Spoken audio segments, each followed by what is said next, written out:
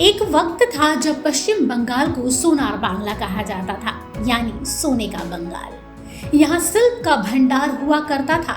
दूर दराज से लोग रोजगार की तलाश में बंगाल आया करते थे, लेकिन आज 45 वर्षों में इस राज्य ने 56,000 से अधिक उद्योग बंद होते हुए देखा है, या फिर इन उद्योगपतियों ने अपना पता बदल लिया।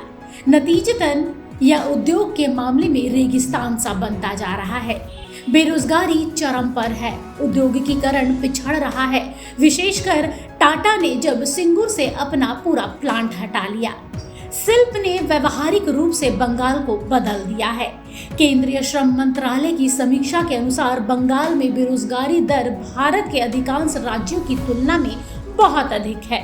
एक और जहां विभिन्न कार्यालयों में भ्रष्टाचार के कारण बेरोजगार युवाओं की संख्या लगातार बढ़ती जा रही है, ऐसे में कोलकाता में कई ऐसे छोटे छोटे उद्योग हैं जो लंबे समय से बंद पड़े हैं। ममता सरकार पश्चिम बंगाल की उस पुरानी पहचान को दिलवाने में जुटी हुई है।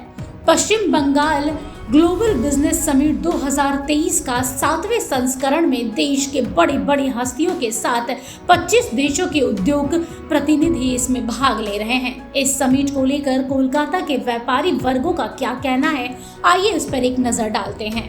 बंगाल ग्लोबल बिजनेस समिट 2023 का 7वां संस्करण, तो ये कितना सफल होगा बिजनेस समिट, क्योंकि इसमें नेशनल इंटरनेशनल सभी तरह के बड़े व्यवसायियों को यहाँ आमंत्रित किया गया है। तो ये कितना सफल होगा इस बार बिजनेस समिट। देश के आज़ादी के बाद से बंगाल की जो बिजनेस की थी, आप जानते हैं कि ब्रिटिश के ज़माने से कोलकाता राजधानी रही थी और यहाँ से ही सारा बिजनेस व्यापार हुआ करता था। लेकिन आज क्या परिस्थिति है और कल क्या होने वाला है और कितना ये बिजनेस समिट सफल हो पाएगा, इस बारे में हम बात करेंगे कोलकाता के बड़े बड़े व्यवसायियों से। और अभी मैं पहुँची हूँ पोस्ता बाजार मर्चेंट एसोसिएशन में। यहाँ के व्यवसायियों से मैं बात करूँगी और जानूँगी कितना सफल हो पाएगा बिजनेस समिट। समिट जो शुरू हो रहा है, हम लोगों की सबकी आशा है कि वो 101% सही रहेगा, क्योंकि बंगाल मीन्स बिजनेस। तो हम लोग सब यही जानते हैं कि अच्छा रहेगा।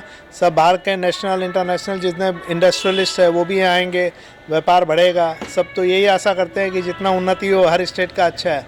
और भी बड़े बड़े इंडस्ट्रियलिस्ट आएंगे, इसमें कोई दो राय नहीं है कि एक टाटा, ठीक है टाटा चला गया कोई बात नहीं है, टाटा को भी आना पड़ेगा यहाँ।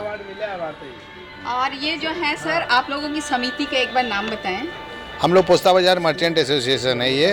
ये बंगाल का समझ लिए सबसे बड़ा एसोसिएशन है और सबसे बड़ा पोस्ता बाजार जो गल्ला मार्केट है, सबसे बड़ा मार्केट है ईस्टर्न इंडिया में। आप लोगों को उम्मीद है कि ये बिजनेस समिट 100% सक्सेस होगा। 100% सक्सेस होगा। हम लोग यहाँ पे 150 ईयर्स से हैं कलकत्ता में, तो हम लोग सब छोड़कर आया राजस्थान। यहाँ पे क्यों आया कि this is the only place, यहाँ पे सब चीज़ है, मटेरियल है, लेबर है, क्वालिटी है, एफिशिएंसी है।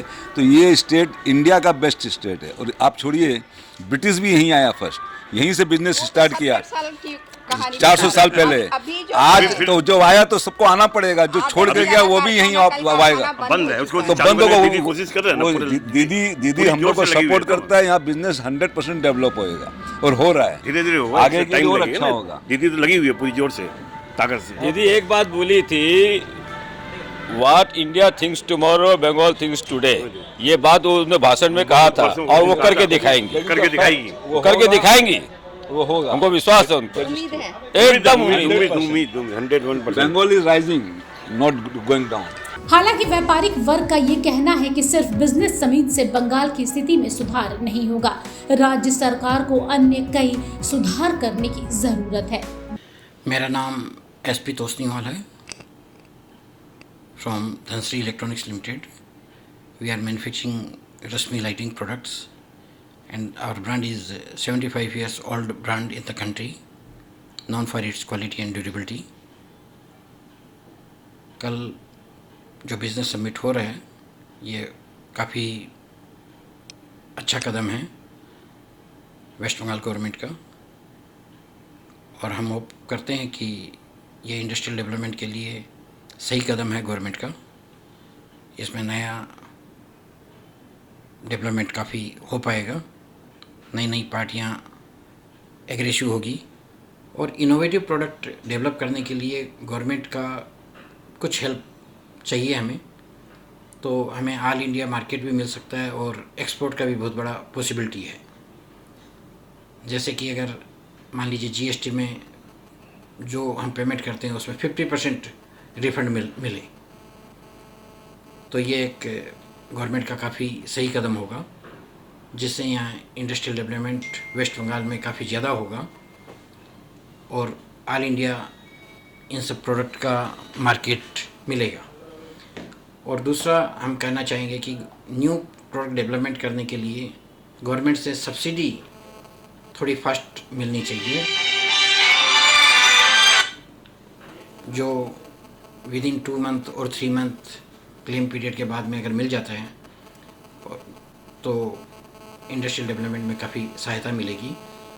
गवर्नमेंट को प्रोडक्ट टू प्रोडक्ट देखते हुए सब्सिडी स्कीम भी निकालनी चाहिए, जिससे छोटे छोटे जो उद्योग हैं वो काफ़ी बढ़ेंगे। जिस तरह से मैंने प्रोत्साहन दे रही है, जिस तरह से ज़मीन दे रही है, तो लगता है कि पश्चिम बंगाल में बिजनेस आगे बढ़ना चाहिए। बिजनेस समिट शायद मेरे ख्याल से ये सातवां बिजनेस समिट होने जा रहा है।